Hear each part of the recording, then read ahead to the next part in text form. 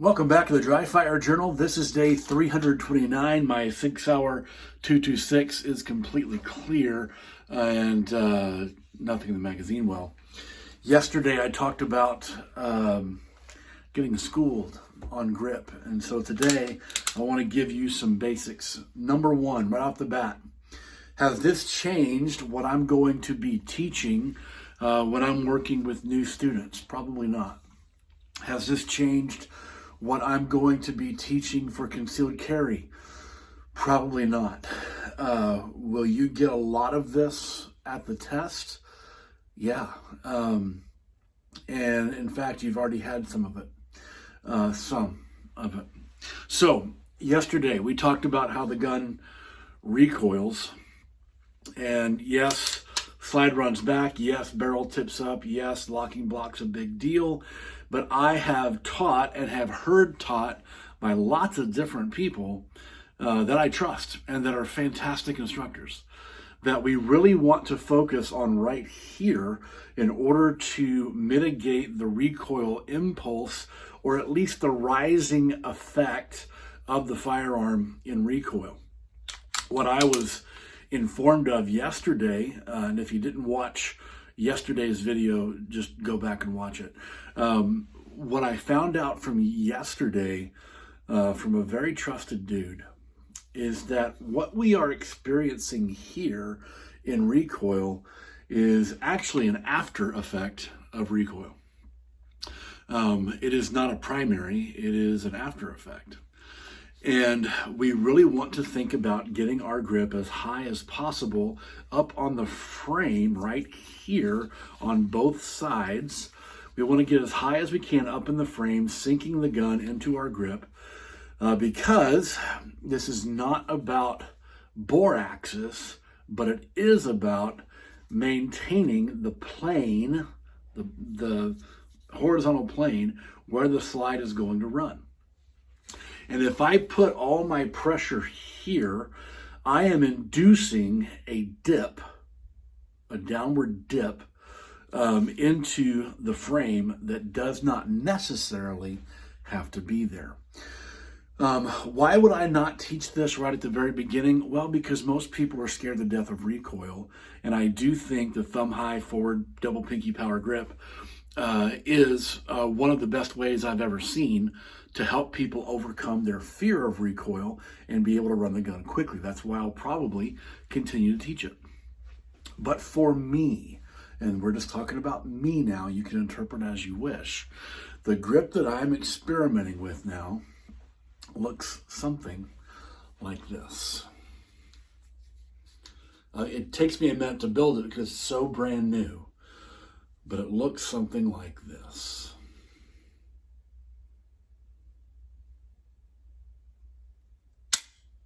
And as I run it, I find, I've got to get my thumb down, I find such incredible control and the loosest trigger finger I've ever had. Now, this is just merely trying to run a gun well. Like if I wanted to run a gun super well for, earning a thing, fill in your own blank. You'll notice my weapon light came off. This is not how I want to carry a gun. I want to carry a gun with a weapon light. But you'll note that my support hand index finger came up around the trigger guard.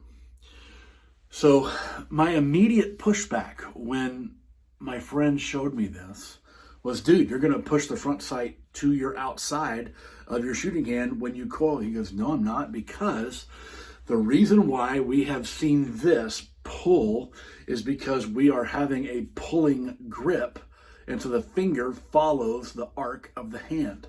And as we do pinkies, we are pulling back slightly, and so as we do our finger around the trigger guard, we are going to get this motion. But he had me start by doing this. And I was like, on the inside, right? Like, nope. This is horrible, no good, very bad, awful. But he had me start right here, getting as much of my first knuckle as I could around the trigger guard.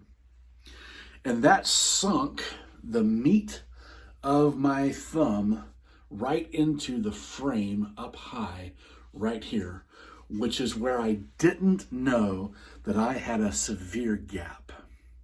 It's going to be hard to show this on camera, and you're going to have to experiment with this on your gun.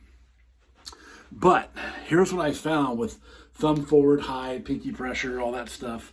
I have a significant gap in my support hand, and it's going to be hard to film, but it's all right here and all back here. That's hard for me to film. It feels like maximum skin to gun contact, but it's not. And what he described to me is that right in here, if I'm a right-handed shooter, that right here is super important, so is right here. So he had me rip my index finger around the trigger guard so that my thumb could come down. And he told me just to plant my thumb, my support hand thumb, on my index finger. So something like this.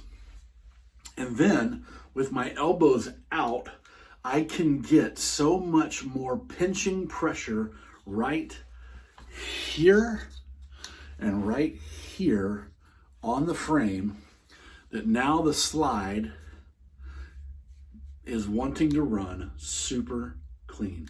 And no, it does not, even on presentation, it does not cause my gun to float out. It actually causes it to come right where I want it with a great amount of consistency.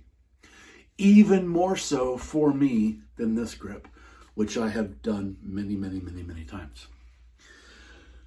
If I put on my weapon light, I can still have my 4 fingers underneath, but I need to rotate it higher into my tactile marker so that I can get this kind of a forward grip.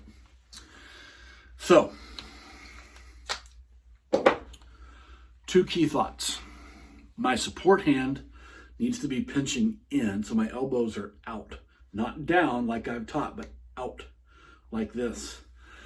And because it is the thumb area of my shooting hand that's kind of rotating in like this to get this part of my hand right here to pinch the frame, my index finger can relax. And that is what brought me all the goodness. Because I didn't know how much tension I was placing in this part of my hand, not up here, but down here, in order to maintain the pinky pressure, and how much that was affecting the coordination of this. So, quick review, and then we'll be done for today. Tomorrow I'll come back with more. Hopefully today I'll have an opportunity to film some live fire recoil and show you the difference in the 2 grips. And I'll show you that tomorrow. But just to recap, my index finger comes up on the trigger guard. My support hand thumb is down here riding on my index finger. And with both hands, I am twisting in. I'm going to exaggerate it. I'm going to exaggerate it like this, like I'm twisting in while maintaining my grip. Twisting in while maintaining my grip. And now, as I do that, I see over and over again my dot come right where I want it to be. And in recoil, this thing doesn't move. Like, it just doesn't. I have never in my life, running my trigger at maximum speed, I have never in my life seen my red dot pause directly on target. Ever. Not at speed. I've seen streaks. And what I saw yesterday was a rise and pause. And that was when I could press my trigger with confidence, putting like silver dollar size groups onto a target at 10 yards. And that wasn't with my gun. That was, again, watch yesterday's video, really important. That was with a kind of a stock, cheap 1911 chambered in 40 cal. If I can do it with that gun, I can do it with this gun. So, I'm really curious about this. Here's how I want to end this. At no point in this video did I say everything I've taught and learned was wrong. At no point in this video did I say everybody else that teaches this is wrong. I'm saying that for me, just Samuel, my shooting performance took gigantic leaps.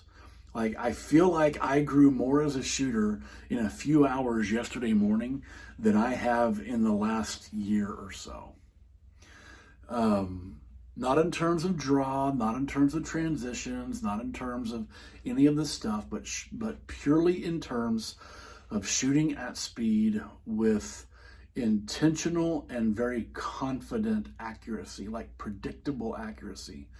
Man, I took some giant leaps forward yesterday. So I'm going to pursue this and see what happens for me. The really important factor here, what works for you? Give that some thought. I'll see you tomorrow.